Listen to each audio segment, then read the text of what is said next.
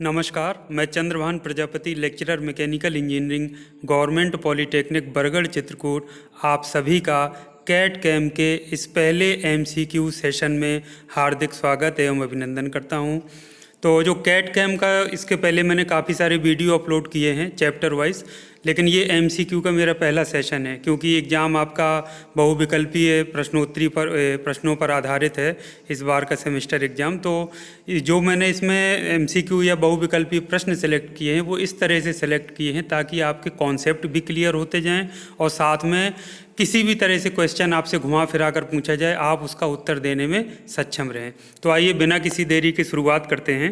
ये प्रश्न संख्या 1 लेते हैं। इसमें पूछा गया है किसी डिजाइन के निर्माण, संशोधन, विश्लेषण या बेहतर ढंग से उपयोग के लिए जब कंप्यूटर का प्रयोग किया जाता है तो उसे कंप्यूटर एडेड डिजाइन यानी कि कैड कहते हैं। तो पूछ रहा है ये कथन सत्य है कि असत्य है। तो बिल्कुल ये कथन सत्य है। आप अच्छे से परिभाषा आपने पढ़ी है पहले चैप्टर में कि कैड, ये सब जो आपको दिया गया है स्क्रीन पर दिख रहा है उसी को कहते हैं। तो ये कथन क्या है आपका? सत्य है। दूसरा है CADD जो कैड होता है इससे क्या तात्पर्य है? तो CADD जो कैड होता है वो computer aided design and drafting, इसका ये जो फुल फॉर्म है। तो आपको घुमा फिरा कर जैसे अब पहला ABCD 4 ऑप्शन दे दिए हैं तो A में आपका computer aided drawing and drafting लिखा है, B में computer aided design and drawing लिखा है। तो ये कंफ्यूज नहीं होना है, मन में बना लीजिए कैड का जो फुल फॉर्म है computer aided design and drafting है। तो ये आपका C ऑप्शन इसमें सही है। तीसरा प्रश्न है कैड जो CADD है इसका प्रयोग सामान्यतः आर्किटेक्चर में किया जाता है। तो यह कथन बिल्कुल सही है। CADD जो कैड है वो जनरली ये जो आर्किटेक्चर ब्रांच है उसमें इसका प्रयोग ज़्यादातर किया जाता है और जो CAD कैड है उसका प्रयोग मैकेनिकल या फिर सिविल वगैरह के लिए अधिकांशतः किया जाता है। चौथा जो है CAE से तात्पर्य है या CAE का जो फुल फॉर्म है, तो CAE का जो फुल फॉर्म है वो कंप्यूटर एडेड इंजीनियरिंग है। तो A ऑप्शन में देखिए कंप्यूटर एड इंजीनियरिंग, तो ये नहीं होगा। B कंप्यूटर एडेड इंजीनियरिंग, तो ये होगा। तो C है कन्वेंशनल एडेड इंजीनियरिंग। कन्फ्यूज करने के लिए आपको कुछ भी लिख दिया जाए तो कन्फ्यूज नहीं होना है। तो तीनों ऑप्शन नहीं होंगे। B ऑप्शन जो आपका है वो सही है। CAE का फुल फॉर्म है कंप्यूटर एडेड इंजीनियरिंग। पांचवा है कैम से क्या तात्पर्य है? CAM। तो इसमें 4 ऑप्शन आपको दिए हैं लेकिन चारों में से आप देखिए कैम का बिल्कुल माइंड में बैठा लीजिए, कंप्यूटर एडेड मैन्युफैक्चरिंग होता है। तो आपका जो B ऑप्शन जो दिया है कंप्यूटर एडेड मैन्युफैक्चरिंग, ये आपका सही उत्तर होगा। कंफ्यूज करने के लिए देखिए A में लिखा है कन्वेंशनल एडेड मैन्युफैक्चरिंग, तो ये भी नहीं होगा। C में लिख दिया है कंप्यूटर एडेड, न लिख के एड लिख दिया है मैन्युफैक्चरिंग, और D उपरोक्त में से कोई नहीं, तो ये भी ऑप्शन नहीं है। तो सही ऑप्शन क्या है आपका? B, उसको आपको सिलेक्ट कर लेना है। इसी तरह प्रश्न 6 है आपका CIM जो होता है उसका फुल फॉर्म क्या है? तो सिम का जो फुल फॉर्म होता है वो होता है कंप्यूटर इंटीग्रेटेड मैन्युफैक्चरिंग। तो इसमें देखिए A नंबर पे दिया है तो ये आपका सही है। B C D में कंफ्यूज करने के लिए डिफरेंट वर्ड्स लिखे हुए हैं, जैसे computer integral manufacturing, CNC integrated manufacturing, या लिखा है कन्वेंशनल इंटीग्रेटेड मैन्युफैक्चरिंग। तो ये सब नहीं है। पहला जो है कंप्यूटर इंटीग्रेटेड मैन्युफैक्चरिंग वही आपका सही आंसर है। प्रश्न 7वां है डिजाइन के द्वारा नई मशीनों एवं प्रक्रमों का निर्माण किया जाता है एवं उपलब्ध मशीनों की डिजाइन में संशोधन करके उन्हें और बेहतर बनाया जा सकता है। तो पूछ रहा है ये कथन सत्य है कि असत्य है? तो ये कथन पूरी तरह से सत्य है। पहले चैप्टर में ही आपने ये डिजाइन की परिभाषाओं में जो विभिन्न परिभाषाएं हो सकती हैं उसमें मैंने आपको बताया था कि डिजाइन के द्वारा नई मशीनों एवं प्रक्रमों का निर्माण सम्मिलित है। इसके अलावा जो उपलब्ध मशीन है पहले से उनकी डिजाइन में भी संशोधन करके उन्हें और बेहतर बनाया जा सकता है। तो यह कथन आपका सत्य है। 8वां प्रश्न देख लेते हैं।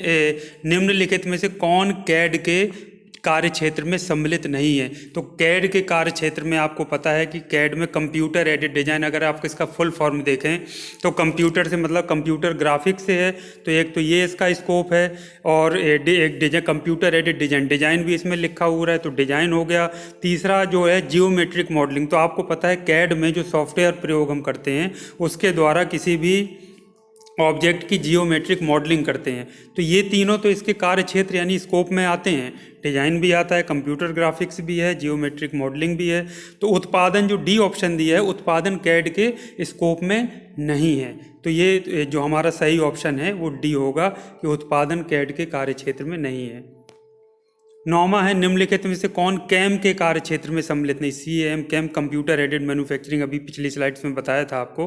तो इसमें कैम के कार्य क्षेत्र में कंप्यूटर एडेड मैन्युफैक्चरिंग, तो कंप्यूटर यानी कैड तो ये रहेगा इसके कार्य क्षेत्र में। दूसरा स्वचालन, ये कैम में आपका स्वचालन सम्मिलित होता है यानी ऑटोमेशन होता है। और C आपका जियोमेट्रिक मॉडलिंग दी है, तो जियोमेट्रिक मॉडलिंग जो है वो आपका कैड के कार्य क्षेत्र में है, ना कि कैम के कार्य क्षेत्र में। तो ये C ऑप्शन आपका ये इसके कार्य क्षेत्र में नहीं है। और D उत्पादन तो मैन्युफैक्चरिंग होता ही है, कंप्यूटर एडेड मैन्युफैक्चरिंग इसके फुल फॉर्म में ही लिखा हुआ है। तो ये कैड, स्वचालन, उत्पादन, ये तीन आपके क्या हैं, कैम के कार्य क्षेत्र हैं। और जियोमेट्रिक मॉडलिंग ये इसका कार्य क्षेत्र यानी स्कोप नहीं है, ये किसका है, कैड का। 10वां है ऑटोमेशन एक ऐसी तकनीक है जिसमें किसी प्रक्रम को न्यूनतम मानव सहायता के बिना संपादित किया जाता है। यह कथन है बिल्कुल सत्य है। ये ऑटोमेशन एक या स्वचालन ऐसी तकनीक है जिसमें ये प्रयास किया जाता है कि मानव का जो इन्वॉल्वमेंट हो वो कम से कम रहे, सारा प्रोसेस स्वचालित रूप से मशीनों के द्वारा संपादित किया जाए। 11वां है निम्न में से कौन कैड का हार्डवेयर नहीं है। तो CPU के हार्डवेयर होते हैं जो जिनको हम छू करके देख सकते हैं, महसूस कर सकते हैं। तो CPU होता है हार्डवेयर है, मॉनिटर हार्डवेयर है, कीबोर्ड आपका हार्डवेयर है। जो प्रोग्राम होते हैं कंप्यूटर प्रोग्राम वो हार्डवेयर नहीं होते हैं, वो सॉफ्टवेयर होते हैं। तो D है ये आपका हार्डवेयर नहीं है, D ऑप्शन सही है। 12वां प्रश्न देखिए, सॉलिड प्रिमिटिव पूर्व निर्धारित स्टैंडर्ड 3D शेप होते हैं जैसे बॉक्स हो गया, cylinder, cone, sphere, wedge and torus इत्यादि। तो ये कथन है, तो हाँ ये अब जो सॉलिड प्रिमिटिव होते हैं तो पहले से निर्धारित 3D शेप्स होते हैं। जैसे आप FreeCAD सॉफ्टवेयर में जाएँ, अन्य सॉफ्टवेयर में तो ये रेडीमेड बने होते हैं। जैसे बॉक्स है, बॉक्स को सिलेक्ट करिए, आप डायमेंशन दे दीजिए, बॉक्स बन जाएगा 3D में।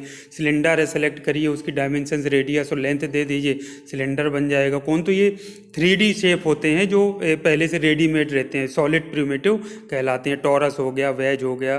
तो ये कथन पूरी तरह से सत्य है, तो इसको हम A ऑप्शन सेलेक्ट कर लेंगे। 13वां है निम्न में से कौन सॉलिड प्रिमिटिव नहीं है। तो अभी आपसे बताया था, इसमें से देखते हैं ऑप्शन A कोन, ये आपका सॉलिड प्रिमिटिव है। और ये कोन मतलब शंकु, स्फेयर मतलब गोला, ये भी आपका सॉलिड प्रिमिटिव है। C सिलेंडर, ये भी आपका बेलन यानी ये भी सॉलिड प्रिमिटिव। D जो रेक्टेंगल है ये एक 2D है, तो इसको सॉलिड प्रिमिटिव नहीं है। तो D ऑप्शन हमारा इसमें सही है, ये एक सॉलिड प्रिमिटिव नहीं है। 14वां देखिए, FMS से तात्पर्य है। तो FMS से आपको पता है फ्लेक्सिबल मैन्युफैक्चरिंग सिस्टम होता है। तो इसमें कंफ्यूज करने के लिए जैसे F से फ्री लिख दिया, मैंने फ्री मैन्युफैक्चरिंग, तो ये नहीं होगा। और C नंबर पे लिख दिया फ्लेक्सिबल मैन्युफैक्चरिंग, S को कंफ्यूज करने के लिए सिस्टम की जगह सॉलिड कर दिया, तो ये भी नन ऑफ द अबव भी नहीं है। तो B ऑप्शन हमारे पास है फ्लेक्सिबल मैन्युफैक्चरिंग सिस्टम, यही हमारा सही आंसर होगा। 15वां है FMS उत्पादन की एक ऐसी विधि है जिसकी डिजाइन इस प्रकार से की जाती है जो उत्पाद के प्रकार एवं संख्या में होने वाले परिवर्तनों को आसानी से अपने में समाहित कर सके।